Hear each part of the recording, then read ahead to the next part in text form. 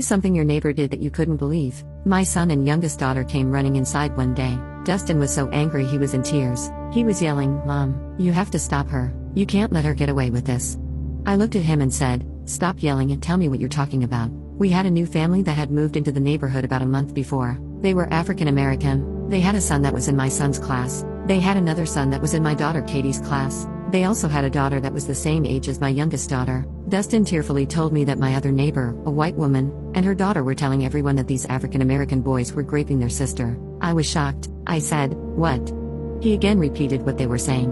He said, "Mom, you have to stop them. She's calling everyone and telling them that her daughter told her this." I was furious. I told Dustin and Sid to calm down, to go back outside.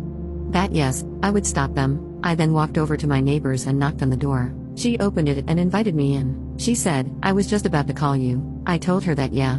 I figured she would be calling me, and that I was there to talk about her phone calls. I then asked her how she knew that these boys were raping their sister. She told me that her daughter told her. I said, "You mean your daughter that you were pissed at yesterday because of her constant lies? The daughter that's been grounded for the last week and not able to play with any of the kids? To even talk to them? The daughter that doesn't get along with those boys to talk to them? You mean that daughter?"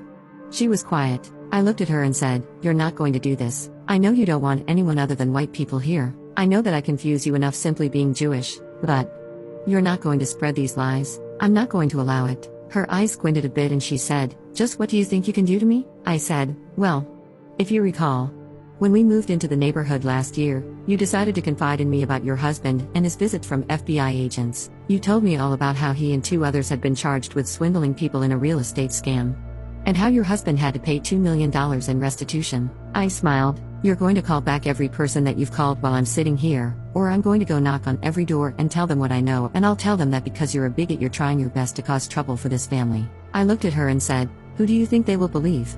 She yelled, "I told you that in confidence." I told her that I never asked her to confide anything to me. She finally said, "What do you want me to do?"